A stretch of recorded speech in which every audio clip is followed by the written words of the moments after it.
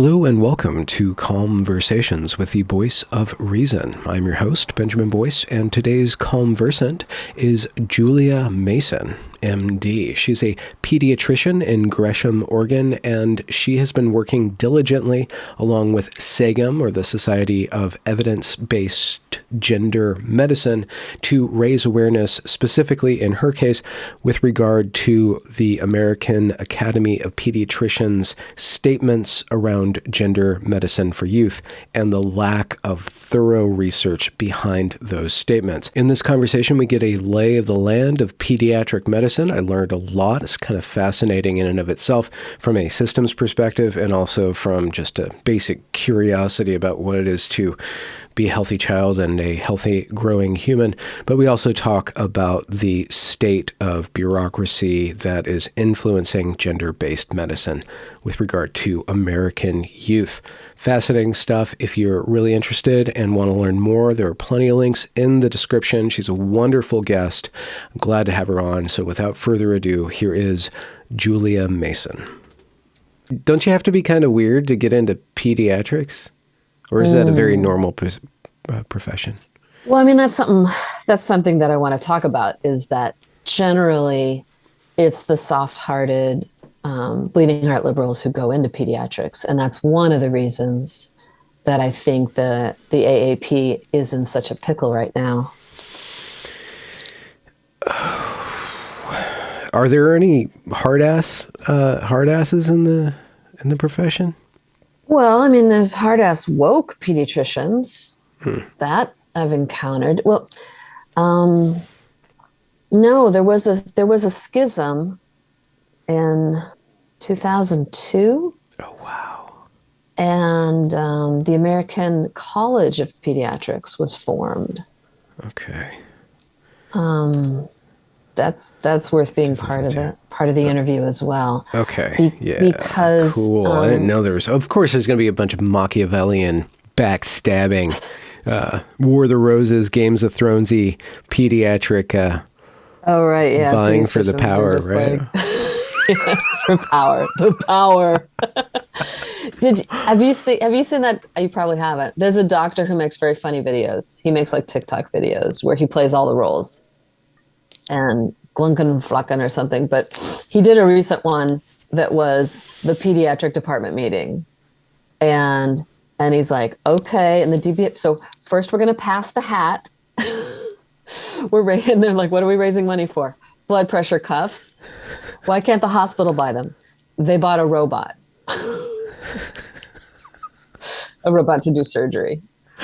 And he's like, didn't they buy a robot? This robot assists the other robot.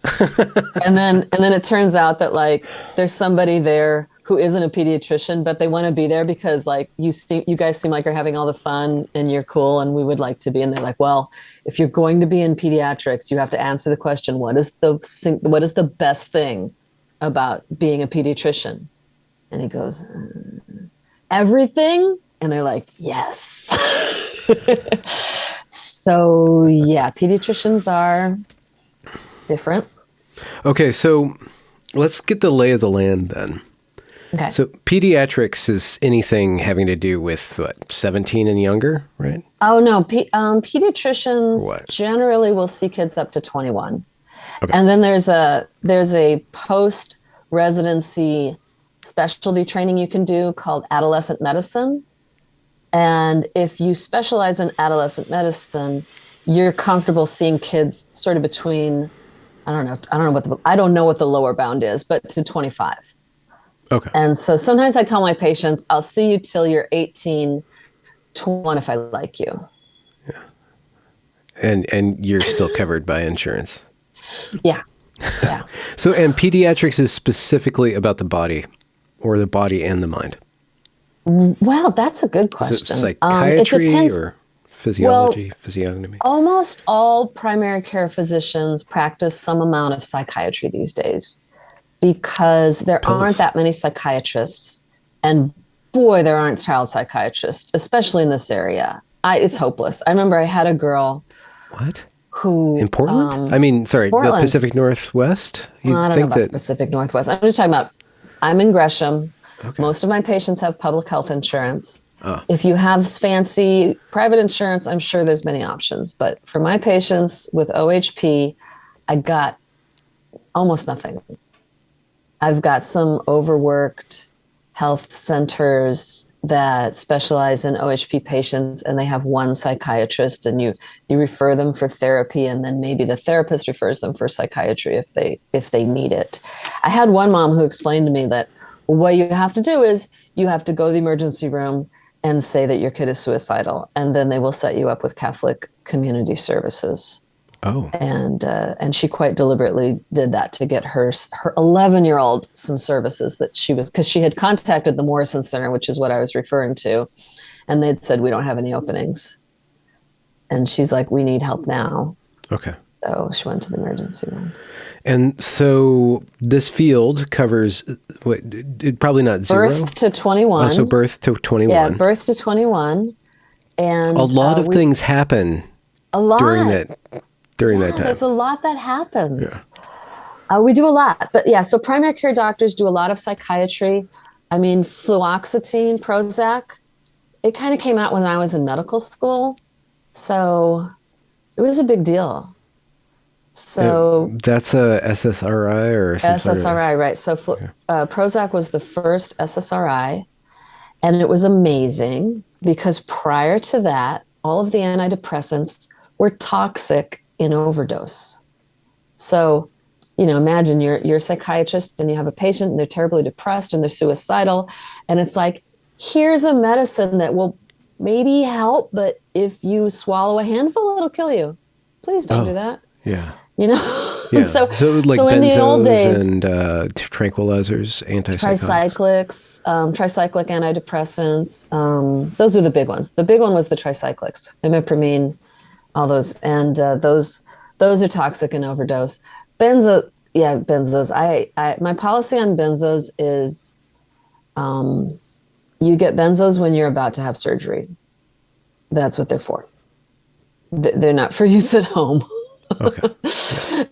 That's my personal policy on benzos. They seem pretty pre-procedural. I have written them for Down syndrome or autistic kids who go ballistic, and so we need to do something to chill them out before we draw their blood, etc. Oh, geez. Okay. So not only are you dealing with the body and all the things that are going on in the body, you're dealing with Down syndrome, autistic spectrum disorder, you're dealing with all depression, anxiety. The great panoply of life. Yeah. Okay. The whole thing. All of it. And at this you're office, trying to speak to somebody who's in the middle of development, so they can or can't understand you, and they're going to change their mind in 3 minutes anyways because of the hormones. Yeah. And actually, I mean, that's my background in pediatrics was what sent up red flags when I heard about what they were saying to gender dysphoric kids.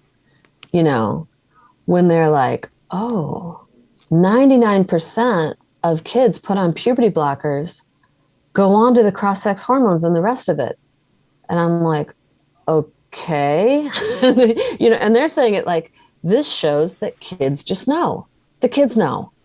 And I'm like, no, this shows that your puberty blockers are not a harmless pause, because 99% of 12-year-olds don't know what they're going to wear tomorrow. Like 99% of 12-year-olds are not sure about anything. So on a statistical level, if you were to look for evidence, it is pretty big. I have my little tiny. Branding. Nice. Yeah. Nice. But if you were looking for evidence that puberty blockers were a pause, then you would see a split 50-50 or 25-75. At least 25-75. Okay. Like at least something like that. Could you just reason that? Like just for somebody logically deficient such as me, like why does 99% show? I guess the idea that 99% of kids put on puberty blockers continue down the transition path, there are very few diagnoses we can make with 99% confidence. Oh, okay. I mean, like you can make a diagnosis of diabetes with 99% confidence because there are blood tests that you can do. And if you have a single blood sugar over, I think, 130, or if you have a hemoglobin A1C, which kind of measures your average blood sugar over the past 2 months, if that's over 6.5%, then they're like, you have diabetes, too much sugar. Okay. Diabetes mellitus. So what we're saying, yes, diabetes, you could probably get like, I guess the false positives on a diabetes misdiagnosis probably like 99% accurate, right? Because it's just like blood work. But then you have something somewhere in between, which is more psychological, like autism spectrum disorder. Spectrum even means like, well, maybe not, who knows, more or less. And the battery of diagnoses are probably pretty complex. And then the prescriptions for the diagnosis are more like coping mechanisms for autism, which would be like strategies to communicate, to deal with your temper, emotions, regulation, stuff like that, behavior. Yeah. And then you have this thing called gender, which is like, okay, diagnosis. Well, we don't even know what gender is, but there's this diagnosis that's based on talking. And we have this protocol where we can wait and watch, or we can block, and then we can transform you into this idea of the opposite sex by medicalizing you and developing secondary sex characteristics, which is a pretty drastic surgery based on this concept of gender. And is there any protocols for pediatric medicine? Like, this is how do you diagnose gender? Well, no. And that's one of my big problems with my professional organization, the American Academy of Pediatrics. Every other organization, well, I mean, I'm not going to speak to WPATH, but for example, the Endocrine Society put out guidelines in 2017, a year prior to the American Academy of Pediatrics putting out their statement on care of gender dysphoric children and young people.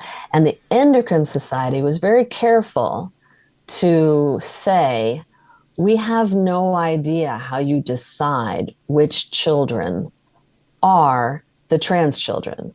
But if you find yourself with one of these trans children, then we are the technicians, we're endocrinologists. We will tell you how to go about doing the transition.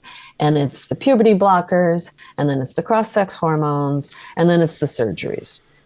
Okay. But they did not try to explain to somebody how you would know which kids do and which kids don't need this really radical course of action. And then in 2018, the AAP just leapt into that breach, and they're like, oh, we know. What you do, you ask the child. And if the child says that they are transgender, well, then they're transgender. What is transgender? Do they define that? Oh, no, I mean, nothing gets well defined. They just say that transgender is the internal experience of feeling that your sexed body is wrong. I'm sure they have a more precise, well, I don't know if they do actually. The 2018 AAP statement is really something, and I have to admit that I didn't notice it in 2018. I didn't really get into this until it was the end of 2018, but I wasn't looking at AAP statements at first. So by the time I found the 2018 statement, James Cantor, who you've talked to, had already published his paper fact-checking the AAP statement. And so I never got to look at it with fresh eyes. I always looked at it, knowing that it was full of incorrect definitions, incorrect references. It was just a political paper. And there's a fascinating, what would you call that? Sort of I want to say covering your butt. There's a word for it, but there's something in there where they go, Jason Rafferty is the author of this. and he's responsible for what it says. So when you look at the paper as published in the journal Pediatrics, it's just called Pediatrics. That's the Journal of the American Academy of Pediatrics. It's got 30 names, but Jason Rafferty is first. And then the rest of the names are just all of the people who were in the committee on LGBTQIA, whatever, And then they have this caveat where they're like, yeah, but it's Dr. Rafferty who wrote this. And apparently nobody fact checked it other than Dr. Cantor. Okay. So Cantor. Okay. And so the AAP's statement, who for which one person is ultimately responsible, is that guidelines? Is this? They are not guidelines. No, guidelines. They just say it's a statement, and that's because guidelines are defined. That's a defined term, right? Okay. So, if the American Academy of Pediatrics is putting out guidelines, then they need to do some more serious review of the evidence. They can't just, as they say it now, they say they are reviewing the evidence, but they're not doing a systematic review of the evidence. And because that is a particular thing. And there are rules about doing a systematic review of the evidence. Mm-hmm. And it seems that nobody in the United States wants to do a systematic review of the evidence, because if you do that, you need to take into account all of the studies, not just the studies that give the results that you like. You need to look at all of the studies, and you need to grade the studies on their quality. And it doesn't go well. So Sweden has done a systematic review of the evidence, and Sweden has decided they're not going to do this except in highly unusual cases and only using puberty blockers as part of a research study, right? Like the only way a kid is going to get puberty blockers in Sweden right now is if they are entered into a research study researching how puberty blockers work, since not enough of those have been done. And my understanding is there aren't actually any of those going right now. And Finland has done a review of the evidence, and Finland has decided that they're not going to lead with medical treatment. They're going to lead with psychological care. And the United Kingdom has done a review of the evidence, and they also are moving away from immediate medicalization. I mean, as you've already had guests on, they're shutting down the Gender Identity Development Service, GIDS, in the Tavistock, and they're sending that out to all the different psych units all over the United Kingdom because they perceived that it wasn't a great idea to isolate these people in one place where they created their own bubble. And, but what I'm afraid is that in the United States and Canada, we have a giant bubble, and information from the outside world is just not getting in. This has been going on for a couple of years now, and I can't get anybody in the American Academy of Pediatrics to listen. Oh, okay. Because they don't have time, or they don't want to touch it? Or they don't want to hear it, I think. So they don't want to hear, which is great to hear that doctors don't want to look at. Don't want to hear about the evidence. Yeah. So I got interested in this. I published something in Kevin MD, which is just like a blog for doctors, but it talks about my first few transgender patients. And the first one I had, I was totally on board. I was like, all right, cool. Yeah, trans. I've heard of that. There's a gender clinic. I can send you to the gender clinic. And the kid went to the gender clinic. And now that kid had one of those classical stories, like, since I was 3, I've always said, this kid, born female twins. This seems to happen where there's 2 female twins and then one of them decides they're trans. But has a funny story about people would say, well, if you're a boy, then where's your penis? And they had one of those belly buttons that sticks out, the little kids, and so would say, there, that's my penis. And it's cute. It's a cute story. So I was like, wow, this is a thing I've heard of. We have a gender clinic. I'll refer you. Referred, came back like, oh my God, testosterone is a shot. I hate shots. And I said, well, oh, and yeah, they say I have to give myself the shots. I cannot do it. And so, well, just bring the testosterone to the clinic. We'll do it for you. We can't charge for it, but whatever, we'll do it. And then eventually we taught the kid's grandmother to do it. And this was a 16-year-old, 16, 17, older teen. Like, I've lost track of that young person because they're over 21 now. I was treating them for ADHD before and after the transition, and I don't know. I don't know. And so I can't really say that that person is thriving. And this has been my experience. So this is kind of where I came into it. It's like the first one is like, well, it's okay. They're very excited, happy about the beard, all that kind of stuff. But then, like, when he coughed or laughed, pee was leaking out. And I'm like, yeah, the testosterone is kind of, it's like you have the urethra of an 80-year-old woman right now, like old ladies get pee leakage because the tissues of the urethra, where the pee comes out, they're more plump if there's estrogen, and they're less plump if there's no estrogen. And if you're menopausal, there's less and less and less estrogen. So I prescribed him estrogen cream. I was like, here, this won't turn you back. And, this won't mess with your beard, but here, just put a little bit where the pee comes out, and that might help.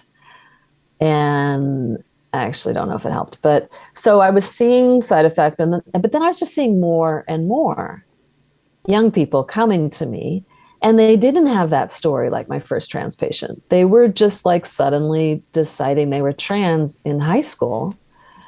And I remember one where I knew nothing, and I went back through the chart after they came, and they said, actually, I'm a guy, and I've changed my name, and all this. That was the first person. That's the first thing this person did. 18th birthday, had saved up $300, went to the courthouse, legally changed the name. Like, that was the first thing. But I went back through the chart looking at my notes, and the year previous, I was like, girl's name is quiet today. That was it, so a little bit withdrawn. And then the next year, hey, I'm a guy. And doesn't seem to be thriving. So my trans patients are not going to college, are not like blossoming because now they're their true selves and their life is so much better now, which is what I hear about. That's not what I'm sure it does happen, but that's not what I'm seeing. So I just, yeah. You saw that ROGD cohort. Yeah, I didn't know that term, but I saw it. Lisa Littman saw that all of her friends' daughters were either knew somebody who was trans or were trans themselves suddenly out of the blue, and you saw that wave sweep through. I saw that happen in miniature form. 2010s Portland area? Or? No,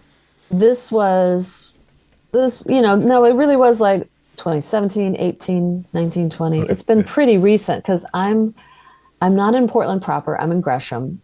Gresham is like a working class suburb to the east of Portland. And the majority of my patients are on public health insurance, which is actually pretty decent in Oregon. And so I think there's not as much. I think there's more of this in Portland proper, in the middle class and upper middle class neighborhoods. I think it's happening a lot more. But anyway, so I was getting worried about this. And then I found some other people who felt similarly. And Will Malone is an endocrinologist. You talked to him a couple of years ago. And we formed SEGM. And SEGM is the Society for Evidence-Based Gender Medicine. We have a website that I think is just segm.org. And I went to the 2019 American Academy of Pediatrics National Conference and Exhibition, their yearly annual big convention. And in 2019, it was in New Orleans. And I was trying to find out whether there were other pediatricians who were concerned as I was. I had these buttons that said like, ask me about, pediatric transition or something like that. But it turned out like everybody thought that meant I was a big fan. So it led to some awkward conversations. I'm not very good at like just Marketing. politicking, I guess. Yeah. Like Okay. cocktail parties, not my thing. Like they literally have sort of, meet and greets, big mixers at the meeting. And I went, like, usually I don't go, but I went and I just wandered around like, I can't say anything. So, but I did, you did yeah. notice in Relief or in Cameo that people were avoiding you because they thought you were for it. So there's this silent, maybe majority. I hope so. I don't know. Okay, I don't so know. you don't know. Okay. Yeah. So there was the most memorable part of that convention was they had a presentation on, care of gender dysphoric kids and youth, medical care. And they had booked it into a double-sized conference room. And even the double-sized conference room, at the convention center was packed. Like there were a lot of pediatricians and there were 3 gender doctors presenting from East Coast, Southeast, and a guy that I think had a gender clinic in New Orleans. And they were all so pleased to see the room full of pediatricians. And they were kind of like, wow, this is so exciting that you're all here. And so I got the distinct impression that they were thrilled because they assumed that the reason the room was full of pediatricians is because we all wanted to learn how to be life-saving heroes and to help these poor, benighted kids who are gonna, kill themselves unless you transition them. And one of them told a story about being in the exam room with the young trans man, and he's deciding which of 3 awesome universities he's going to go. He's been accepted at multiple great universities, and which one will he go to? And then the gender doctor's telling the story, and then suddenly the kid's mother just starts sobbing. And the gender doctor's like, Mother, why are you upset? And the mom's like, well, I was just thinking, if we hadn't met you, none of this would have happened. I mean, you probably wouldn't be here. And so just this story that this young person would surely be dead if they hadn't been transitioned. And now look, it's awesome and, blah, blah, blah. So at the end of the presentation by the different doctors, they have a couple microphones and I got in line, asking questions. And I actually, there were a lot of questions and I didn't get to ask my question until the time had ended, and so some people are getting up to leave and go to the next thing.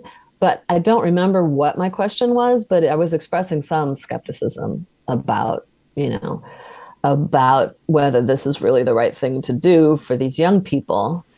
And they answered my question. And then kind of like everybody got up and left. And I got swamped by pediatricians who were like, oh, thank you for saying that. Thank you for standing up. I'm really confused by this. I don't know why this has happened, and so I feel like that room was full of pediatricians because there were just, dozens, couple hundred pediatricians who were like, what is this thing? Like I've been a pediatrician for decades. And what is this new thing? And why are we doing this? And where did this come from? And of course, the presentation wasn't about any of that. The presentation didn't answer those pediatricians' questions. It literally, I remember they were literally like, it's okay. None of us know what we're doing. We're all just making it up as we go along. You can do it too. Oh, jeez. That was the attitude. It was like, you can do this. Okay, so there's no rules. A confluence of a medical frontier, which is inherently interesting and exciting, and then social justice, LGBTQ rights, which is inherently justifying. And so the doctors who are involved in this, if they buy in, they are flooded by great hormones and just this huge amount of ambition it feels great. and empathy. I mean, the high has got to be Yeah. very great. And then Yeah. you're flooded with emotions and then or hormones, chemicals, and then you just start doing that to the kids too. Yeah. And then you have this concept called the trans kid, right?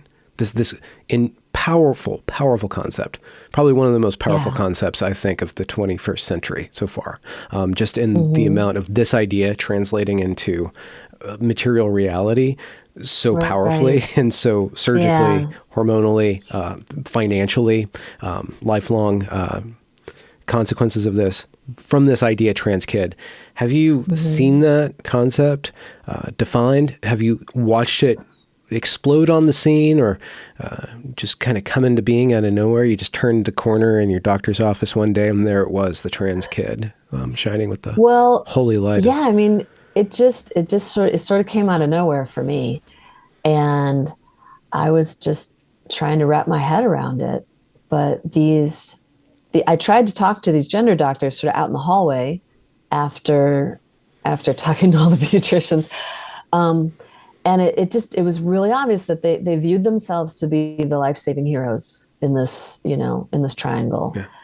And, And when did they're the doing the right gender thing. doctor come into existence? I've spoken with psychoanalysts and therapists and counselors. The idea of gender just kind Hmm. of came out of nowhere, but a gender doctor, a gender clinic, like when Yeah. did Well, that? I mean, And in it exploded. 2019, There's thousands of them in America now, I think. there are thousands of them. Yeah. In 2019, this one woman, I'm not going to remember her name, who's in uh, in Tennessee, I think. She was talking about how she ended up opening her own clinic, and then she was having patients coming from 3 or 4 states, and she was letting us know that she was making a good amount of money. This was going really well for her.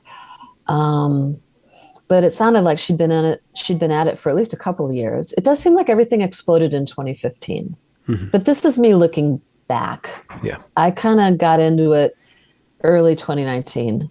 That's when I Yeah. started looking around. And um, I want to tell another story about that meeting going back to New Orleans in October of 2019. Other than the presentation on medicine, I attended my regional breakfast. They called it a breakfast, but they didn't give us any food. And it was at like 7 in the morning at the basement of the hotel. And it's a small conference room. And it's interesting because I think the AAP has multiple regions that are in California because the population is so huge. But my region, and I could be using the wrong term, is Oregon, Washington, Idaho, Alaska, Hawaii. All of Hmm. us are together. And so it was mostly there's a dais at the front with our leadership, and then we're all sitting in rows, and people are giving presentations like, this is what we did to get Alaskan kids to exercise more. And, they're just giving a little show and tells about what they did with their chapters. And then at the end, you could ask questions. And so I stood up and I said, I'm here because I'm concerned about what's going on with the transition of children. I feel like this has just, like you said, come out of nowhere and it doesn't have a strong evidence base, and nobody can really explain this to me. And I'm concerned that the AAP put out a statement, blah blah blah. And boy, while I'm standing there, there's a dozen people just staring at me. And this one guy had big eyebrows, and they're just like touching. And he's just, I had to like turn and give him a stare, like, yes, I see you looking at me. You can stop glaring now. But the guy was like, oh, you have a concern about what the AP is doing. What you need to do is submit a resolution to the annual leadership forum. And I was like, oh, okay, great. And I sat back down. And then the meeting ended and people were leaving. And I went up to the dais and I was like, okay, so submitting a resolution, how does that go? Like, what do I need to do? And he told me. And it was like the deadline was November 1st. It's October 20 something. I'm like, great. Okay. But because I already was a member of SEGUM, I was actually able to put together 2 resolutions and submit them by the deadline. But I was unable to get a sponsor. So if you are submitting a resolution to the American Academy of Pediatrics, you're supposed to have a sponsor who is somebody who is in the leadership. someone who is at the annual leadership forum. So that would be a chapter president. Every state has a chapter. So the state of Oregon has a chapter and a chapter president, or the chairman of a committee or the leader of a section. They have various things in the leadership beyond just states and regions. But I had no time for that. I was just barely getting it in. And as I worked to get it in and learning about how to turn it in and getting hooked up to these Zoom things, I realized that this was just his go-to strategy for annoying people. Like if somebody comes, you tell them to write a resolution and then they tend to just bugger off and disappear. But I actually did it. I wrote a resolution. There was one resolution that said the AP needs to stop publicizing the statement until they take a second look at it. And then the other one was, be it resolved that the American Academy of Pediatrics take a look at the evidence and notice what's going on. And then COVID happened, right? Like it was the fall of 19, and the leadership forum was supposed to be in the spring of 2020, but that was COVID. And so it was on Zoom and so I kind of, I attended remotely, and they were going through all the resolutions, and then they got to mine and they're like, this is the resolution. It is unsponsored. Do we have a second? Silence. Moving on, and so my resolutions just kind of died a quiet death. And then the next year, a different pediatrician who I didn't know until after she wrote the resolution, Sarah Palmer, she's a pediatrician in Indiana, she submitted a resolution to the AAP, and it was still COVID. And they did an interesting thing in 21 where they put all the resolutions up online, and then rank and file members of the AAP could sort of give it a thumbs up or thumbs down, and they could also leave comments. And of course, not that many pediatricians did that. There's 67,000 pediatricians in the American Academy of Pediatrics, and it was the numbers of people interacting with the resolutions was more like dozens, just like people who are interested in such things. But of the pediatricians who bothered to interact with Sarah's resolution, 4 out of 5 were like, yes, I support this resolution. And her resolution was very similar. The American Academy of Pediatrics needs to reconsider what it's doing and needs to look at the evidence. So the votes were like 80% in favor, 20% against. And the comments were mostly, there were a few that were like, this is transphobic nonsense, but most of the comments were like, I support this. And then at that meeting, which was also virtual, her resolution did get a second from a chapter president. And so it did get voted on, and it was roundly defeated, right? It was just like, why? What do they have to say? Why?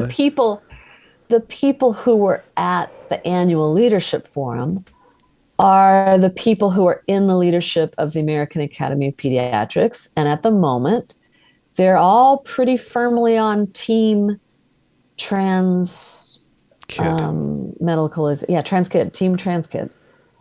And so, I don't know what the vote was off the top of my head. I have a lot of conversations in the queue. This month's been very busy for me, so I have a lot of content on this issue or intersecting with this issue. I just spoke with Stella O'Malley a couple days ago about the WPATH guidelines, which don't seem to be guidelines at all, but they still use the word guidelines, which is a whole other conversation. I've spoken with guidelines. Candace Jackson and her law firm about different strategies that they're taking to confront gender ideology in the prisons and sports, in the medicalization of children and detransitioner lawsuits and stuff like that. But what I brought up with both of those is that we have these professional organizations, so-called, that are promoting this. Are they at all liable? Are they at all accountable for the damage or the mistakes that they make at all? Are they able to be sued? Can they always just Mott and Bailey say, these were just guidelines, it's on the doctor because the doctor followed me? Right. This is a perfect I don't know. I mean, Candace is a lawyer, so I would trust her response better than mine. I'm a But pediatrician. just looking at your malpractice protocol, like if you were Yeah. following the protocol that comes from these organizations, and then it turns out that this is a damaging protocol, like you're spraying DDT into the nostrils of children, and it turns out 3 years that causes asbestos Right. damage or something like that. Yeah, Are you responsible? I mean, not before God, but before a judge. insurance? Well, it's interesting. What I've heard from, there are a few malpractice cases happening, and at the moment, they're going with what the organizations such as the AAP, the APA, the Endocrine Society, they'll say 22 medical organizations have endorsed this, right? And what have you got? And that's the defense? That's the defense, yeah. So So it's a one-way thing right now. It's like, okay, all these organizations like put their stamp on there's like, we have 55 Michelin stars. How can you say that there was a fly in your freaking soup, you numbskull, right? Yeah. But given one of those badges of approval, all it is clout. All it is prestige. It's eminence-based advice. It's not evidence-based. It's eminence-based. Beautiful. Advice. Beautiful. And so, like, I've been talking to some detransitioners who want to sue, and we've been told, or, they've been told, and I've heard that it's really hard to sue for malpractice when the practice itself is what's broken. Like the doctor will be like, well, I'm just doing the normal thing. And right now the normal thing is to transition. So I have like this one young all the man, way down. Yeah, who's like, well, I was a meth head and homeless when you got my consent for my orchiectomy. So maybe he's got to weigh in by saying you didn't properly get informed consent because I was in no state. Maybe. But yeah, it's a mess. It's a mess. Okay. And I worry. I mean, that's one reason that I'm going to the AAP national meeting next month, because I'm worried that the AAP may be sued out of existence. And I think the AAP does good stuff. I am a pediatrician. Like most pediatricians, I'm a bleeding heart liberal. The American Academy of Pediatrics is generally a child advocacy organization and works for things, like gun control and, getting kids insurance and making sure that the Women, Infant, and Children program is well funded, and all those kinds of things that I think are important. So I don't want the AAP to die. I just want the AAP to get a clue. But I'm having a hard time. So right at the beginning of where the conversation in the final edit will begin, you mentioned something about a falling out in 2002. There's the College of Pediatrics. So there is this alternative. Is there any sort of like schism. distribution of powers or like some sort of competitive co-processing where It's not competitive at all. So what happened was the American Academy of Pediatrics probably put out a statement. I don't know the specifics, but basically came out in support of the rights of gay couples to adopt children. So the AP is like, 2 men or 2 women can make marvelous parents. Gay people should be allowed to adopt. And a group of pediatricians, more conservative, more religious, were incensed by this. And so they left the American Academy of Pediatrics and they formed their own organization. Instead of the AAP, it's the ACP, the American College of Pediatrics. But if you go to their website, they will say the ACP is an organization of more than 600 pediatricians, which I'm guessing means it's probably less than 600. But, so it's in the hundreds. It's less than 1,000. And the AAP has 67,000 members. Now, you don't have to join the AAP if you want to work as a pediatrician. And they want a lot of money from you. So... But the AAP or the ACP? It's all... I don't know about the ACP. I don't know if they want money. But the AAP does want hundreds of dollars from you. And then you get to say FAAP after your name, I guess. Fuck the ACP? No, fellow of the American Academy of Oh, Pediatrics. sorry. Okay. Sorry for the cussing. This is a No, so I mean children's friendly. that's what I put in my signature. It's like Yeah. Julia Mason, MSMDFAAP, because I just want to emphasize I'm in this group. I'm Yeah. trying to get this group to move from the Okay. inside. Okay. So it seems like the AAP is somewhat kind of like a teacher, some sort of union, I guess. It is advocacy. It seems like an activist organization, or at least heavily weighted towards changing the Yes. culture, right?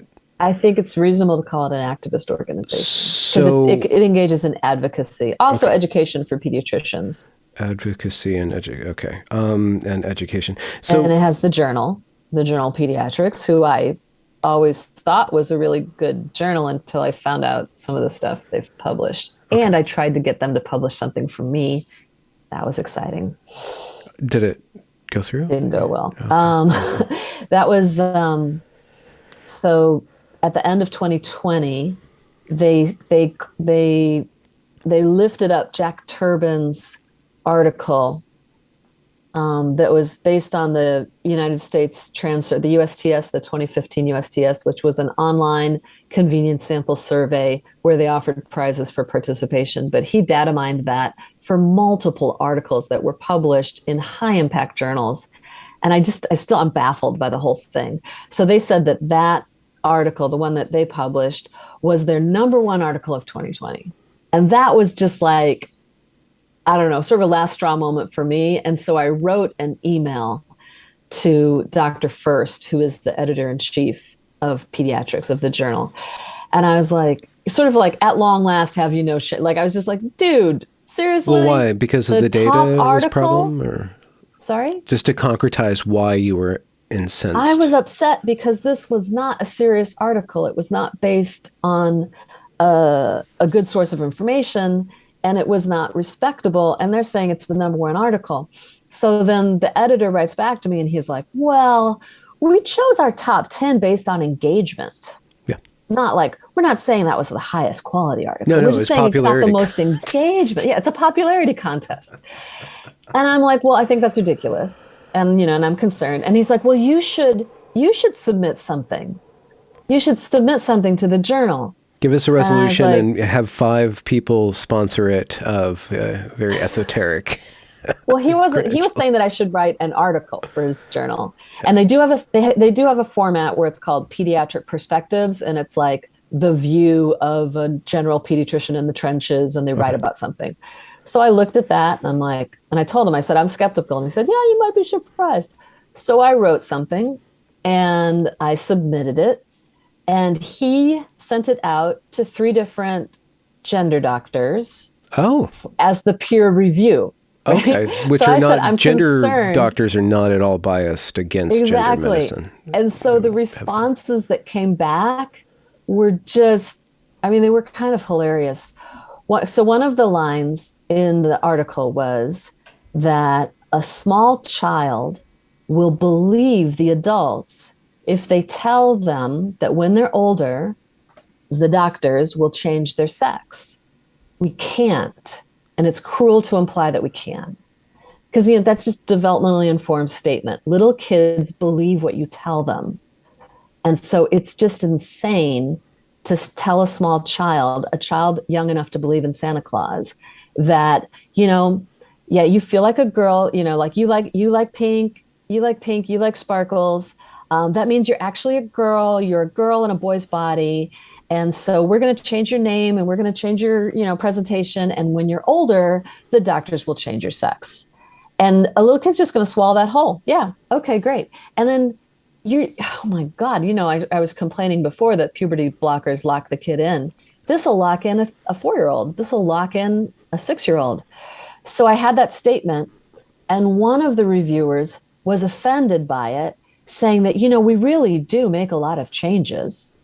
We really do get like we come really close to changing their sex, was one of the complaints. Like it's wrong to, like I said, it's wrong. And then another one said that this sentence would be offensive to pediatric readers of the journal Pediatrics. And I'm like, okay, I was a gifted child, and I did some, advanced reading for my age, but I was not reading medical journals, not even in high school. Yeah. That is not a thing. And why would being offended by something matter? Yeah, why? I don't know, but this was apparently why they could not publish my essay, because it could offend pediatric readers Yeah. of the Okay. journal Okay. Pediatrics. All right. Okay. All right. So, right, Okay. I tried to influence the AAP with the resolution. It died a quiet death. I tried to publish in the journal Pediatrics. It got peer reviewed by biased people and rejected. And then this year, we submitted another resolution, and we just had five authors, five different pediatricians as authors. And the AAP did an interesting new thing where they passed the rule in March, which was before the deadline for us submitting the resolution. So they could say they made this rule change before they saw our resolution. But the new rule said that unsponsored resolutions, pediatricians cannot comment and vote. So if you were a person who knows all about the Annual Leadership Forum and you went to the Annual Leadership Forum website and you looked, you could find the text of our resolutions, or Okay. our single resolution, resolution number 27, which said, be it resolved that the AAP will undertake a formal systematic review of the evidence because everybody else has. And so you could find it, you could read it. But if you were a regular pediatrician just looking at your email from the AAP and you got the email that said, hey, the annual leadership forum is coming up and we'd like to hear what you think of the resolutions, click here. If you click that link, you went to a website that had a drop-down list and they said, select the resolution you want to, interact with. And it jumped from 26 to 28. 27 wasn't there. So only the most plugged in pediatricians could even read my resolution from the spring, and none of them could react. So there were some people who wrote their comments on resolution number 28, sort of like, they made protesting comments. And that whole thing got written up in the Daily Mail. Wait, what was Resolution 28? I'm sorry. Oh, Resolution 28 was actually one about how all residencies need to educate their residents in transgender healthcare. So it was interesting. The transgender resolutions were 27 and 28. So there were people commenting on 28 because that was feasible, it was possible, but they were really saying what happened to number 27. So Why? while this organization is pushing education on this issue, they're squashing or denying more research on this issue. So it And seems like the they are education trying- is not tied into research. They're two different things. It's an Two different ideology. things. It's not a fact-based. It's an idea, yes, definitely. And Okay. they are squashing and hiding the voices of dissent. Okay. Okay. And Yeah. so I guess the game is to develop alternative organization that can, I guess, garner some esteem and like with SAGM and other organizations. Okay, where yes, just SAGM. have some Yes, cred, right? So you need either alternative organizations that can do this work, that can present this research and get out the word, to challenge the AAP, but the AAP seems like a juggernaut. It's probably plugged into so many other institutions. It's all part of government contracts and NGOs, and it's got so much more funding than SAGM could ever have. Yeah, it's What huge. would cause it to change course on this issue? And are we looking at 5, 10, 20 years for it to change? Could it just like overnight, like, oh, we're backing away from this, like what happened with the Tavistock, which is still kind of a complex. It's possible. It's possible. I will say, like, I've heard that, multiple European pediatric leaders are dismayed at what the AP is doing right now. So people in Finland and Sweden and England, they're like, what is going on over there? Why are they?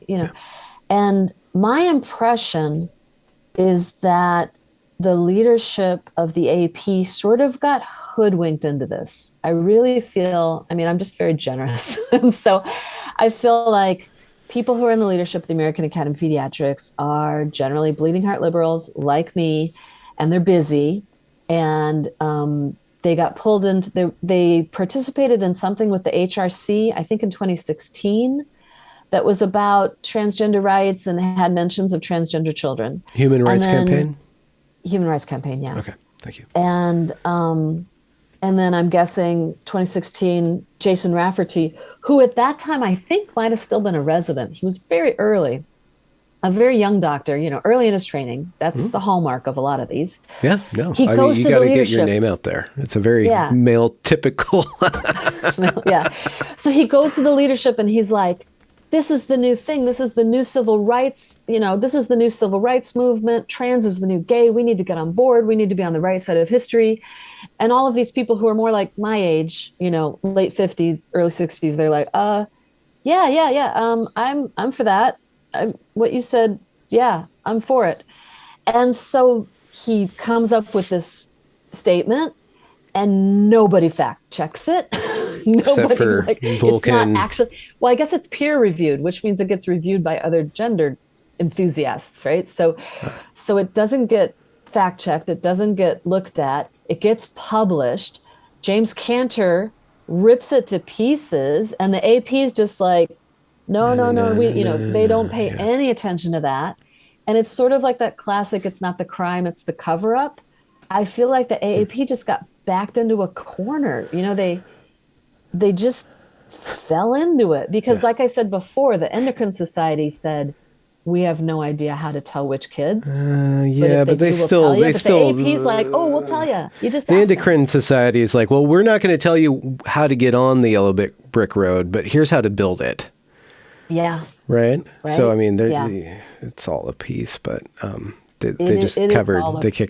they kicked it out. I don't know what's happening. I don't see how a professional organization, which is run not on professionalism so much as status, Mhm. people are going to be covering their status. They're going to be covering for their reputation, right? Right, right. So, The reputational risk for the American Academy of Pediatrics is huge right now, and I don't know how many people in the AAP are aware of this, but they need to be aware. I mean, the Washington, not the Washington Post, the Wall Street Journal, right? So I got published in the Wall Street Journal in August, saying that the AP is making a mistake and all this stuff, and the AP said we need to reply, right? So the Wall Street Journal let them reply, and that was fascinating because in their reply, they changed the definition of affirmative care, and they gave a great definition of affirmative care. They're like, oh well, affirmative care is just like accepting the child as they are and not holding them to any particular path, and it's not medical treatments and surgery. In fact, comma, for the vast majority, we recommend the opposite. And my response is like, great. What's the opposite? Tell me more. Tell me more about this opposite of medical treatment and surgery, because this sounds like something I could get behind. And it was a fascinating experience because then we got to respond, and I was on vacation, and I was on a boat pulling away from shore, and I was losing internet. And my co-author is like, we've got him on the ropes. We need to go for the jugular. And I'm like, no, no, I don't want to kill the AP. I want to cement this win. This is a win. I just want to take the win. I don't want to like kick them while they're down. I really just want them to turn this giant ship around. I don't want to kill them. Um, wow. and so we did. We just, our response was fairly measured as well. So Yeah. I'd like to keep moving on that. Yeah. I'm gonna be at the meeting. Hopefully, I'm gonna be wearing like a button or a little sticker that says, I support Resolution 27. And that's gonna be Oh, like our okay. little secret sign so that other Okay. people can find me and we can talk to each other. And on Saturday, the 8th of October, there's gonna be a demonstration outside the Anaheim Convention Center. So it's gonna be in, Disney and well, near Disney. And I've told them that pediatricians hate being picketed because every year there are anti-circumcision demonstrators that you have to walk by. And so they're going to try very hard to be quiet and respectful, but we are going to have speeches. I'm supposed to give a speech. And, and we'll just see what happens. But that's one reason I want to talk to you is because I don't know how many pediatricians watch your videos, but Yeah. No, I do. I there. do know. I don't know if she wants me to say who it is, but I do know a number of different organizers involved in this demonstration. I do Yes. wonder. I've gone to American College and I've seen anti-abortion protesters, and they have like pictures of fetuses and stuff like that. Yeah, there's not going to be any of that. Well, yeah, okay, but well, maybe they should. But do the anti-circumcision people like have like bloody little Yes. penises pictures? Yeah, Okay, yeah, they have like icky pictures of okay.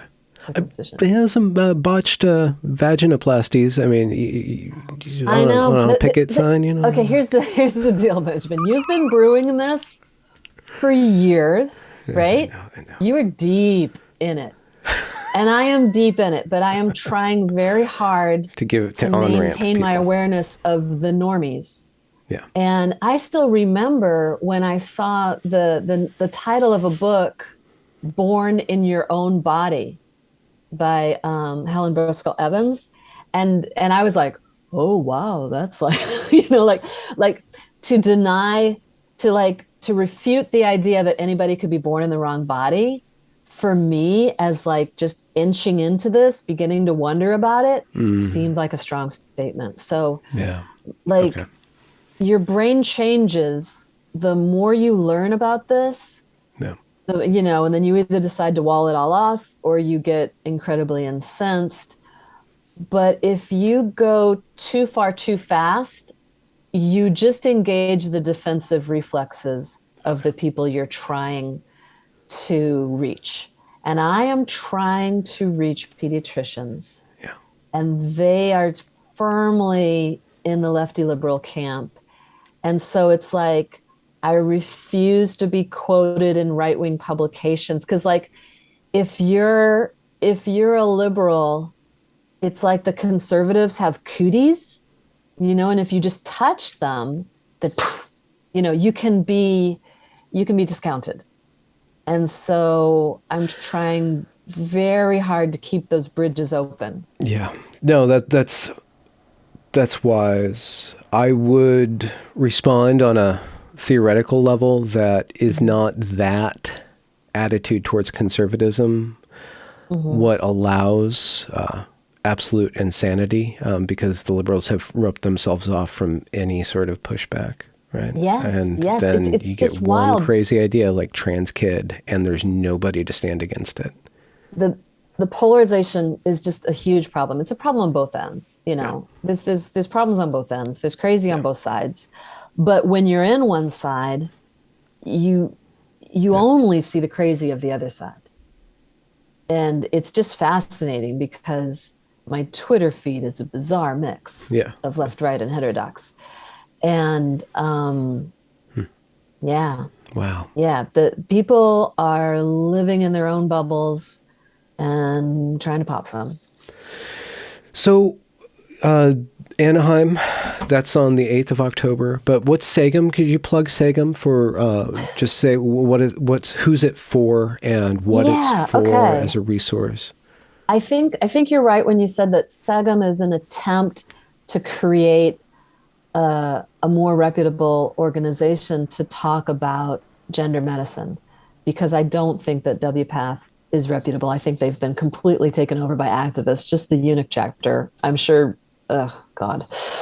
Have you met any eunuchs in your practice yet?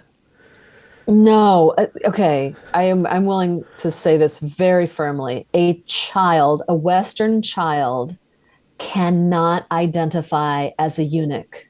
That is not a thing. It can't happen. Like perhaps a Korean child from hundreds of years ago might like think, oh, those dudes, like they have a nice life, they wear cool clothes, like maybe, a Korean child from, I don't know what dynasty that was, they might be like, I think it might be cool to be like that because they have a better life than me. But no, there are no American, English, German, French, there are no Western children who aspire to be eunuchs. That is not a thing because children have no capacity to understand what it means to lose your testicles. You can't know what your testicles do when they haven't woken up yet. Okay. Like, no, oh God, I wish I wasn't bothered by these pesky sexual urges. Said no child ever. It doesn't happen. Okay, back to SAGM. Sorry. Society of Evidence-Based Gender the Society Medicine. For Evidence-Based Gender Medicine. So we are an organization of doctors, psychologists, psychiatrists, who are also doctors, researchers who are concerned about the crazy in gender medicine. And we're trying to put forth some reasons. So we were involved we get involved in things like translating Swedish documents when the Swedes do something, that makes a lot of sense. We'll put some money into getting that translated so the rest of the world can read it. We organized a conference at a Florida residency program where we brought in Rita Kerta Kaltialo. I love her. I love her name. The Finnish psychiatrist. She came in via Zoom, but we've been pretty active in getting her to come and talk to American experts. Okay, so this society, SAGM, is for professionals mostly. Yes, but we are probably has some we access accept donations. Yeah.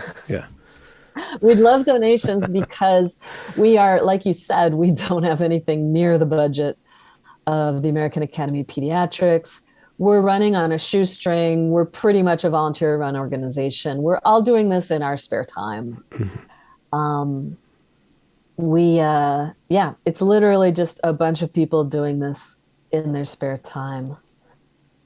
But we're concerned about what's going on, and we've published a few things in peer-reviewed journals. And we've published multiple letters to the editor when something particularly horrible gets published. And then we publish a letter to the editor saying, hello, did you notice this? What about this? Mm-hmm. So, but it's very much trying to be like a serious professional organization where we are operating within the world of journals and editors and conferences. But take, for instance, I think it was CBS News, either yesterday or the day before, published a article that the removal of healthy breast tissue is tied to quality of life for trans-identified females, or what they called trans men, I believe. Right. So an article like that would come about. An article like that, then we might write and say, we would say, clarify. you surveyed those people 3 months out.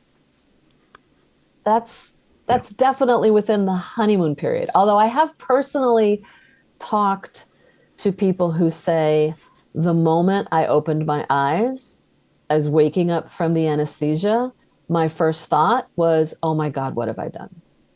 So some people regret immediately, but even those people are probably unlikely to tell a researcher 3 months out. Like, it takes a while to really come to terms with that kind of regret. Yeah, let alone speak to Benjamin Boyce on his piddly little podunk podcast. But even I've heard that story. Yeah. It's a mess. So it is a tremendous story. It's probably the wrong word, but it's a historical fiasco. Yes. Perhaps even a clusterfuck, if that was a technical term. But thank you for allowing me to poke your brain and hear your side of things, because it's hopeful that even though voices like yours, you might feel isolated and stuff, but as you probably know on Twitter and other social media, more and more people are gathering steam, and more professionals. It really comes down to professionals maybe even making their name. You find some young guy who wants to make a name for himself, and you ride his ambitious, testosterone-fueled psychopathy to prominence. Right. There's only so much a crone like me can accomplish. So we need to get into the heroic young man on his journey. You need a Jack Turban on your side to facilitate. You gotta ride the sex differences and ambition and stuff. I'm just saying. I'll just be there with my cane, like advising them the best path. Take this, you'll need it. The winning path, the true W path. Yeah. Oh God, great. Well, thank you very much, Julia, for your time, your expertise. People can find you on Twitter, and you're a part of Segum. Is there do you live stream your pediatrician? Do you have like a little how-to, wash your toes or something, video series for kids on YouTube? I haven't done any. I keep telling my patients that when I have time, which I suppose will not be for a while, I'm going to write a book. And the name of the book will be Kids Do What Works. Oh. But that's a completely different topic. Oh. I spend a lot of time explaining to the parents of 3-year-olds that you cannot logic them into better behavior. They are pre-logic, and it's a waste of energy to talk to them about their behavior when they're just learning language. But could it be the case that this totally off topic, but could it be the case that institutions are basically 3-year-olds and you can only logic your way towards changing an institution level? Like this is just a giant lumbering kind of collective intelligence that basically needs to be corralled. Like probably an institution does what works. It does what works. We just need to put the AP in a timeout, tell them to think like they could think about what they've done. Just sit there. I've definitely decided that politics operates at a middle school level forever. If you're lucky, yeah. The best of times, yeah. That's as much as we can hope for. Yeah. Well, yeah. Well, excellent. No, people lack imagination. Yeah. Well, you just need a lot of different strategies, I'm saying. And I think that I spent 15 years in preschool and I wasn't held back. I actually worked in the industry, but that prepared me more than anything for being a political actor insofar as I am. Definitely. It's just pure human id right there. Yeah. It's right there for you. Yeah. Roiling. Yeah, you learn a lot. Yeah. Watching little kids. Yeah. And the people who watch over them. Yeah. Well, they're amazing. I mean, 3-year-olds have amazing brains. They got all the neurons of an adult brain. Huh. In fact, they have more. Because from birth to 3, they're making more and more and more. And then after that, you start pruning them. It's sort of a use it or lose it process. Yeah. So they have just like this big brain with no wisdom. Yeah. No wisdom at all. But they remember everything. Mm-hmm. They know everything that happened 8 days ago. You don't. I don't. Mm-hmm. You don't remember what happened, but they do. Mm-hmm. Because that's how their brain is. Yeah. And that's how they end up. It seems like they're manipulating the adults. They're not. They're just, a 3-year-old does 3,000 things every day, and 3 of them work, and they always remember which 3. Oh, okay. Yeah. And all they got to do all day is interact with their environment and get it to work for them. Yeah. And so, you got a 2-year-old who trained her mom to feed her cookies. Yeah. Clever. It happens. Clever little devil. They're clever. They're adorable. They are. I love them. They're great. So I make them cry. I went into pediatrics. In your toolkit. I went into pediatrics because I love children. And so I make them cry. Yeah. Every single day. For their own good. That's what I do. Okay. That's my job. That's fun. It is fun. Well, that part's not fun. Okay, that part's not fun, but I like my job. Mm. They do cry. Those are separate things. Okay. Well, Julia, I'll let you get back to your job, and thank you so much. I'll let you know when this is out. I'm a little bit backed up right now, but I'll try to get this out before early next week. I just have a lot on the queue, but thank you. I'm looking forward to what you mentioned. This sounds really exciting. Oh, it's great. It's fun. Stella and Candace and yeah. Yeah, there's a lot there. Yeah. So, have a good day. Good day. Bye. All right.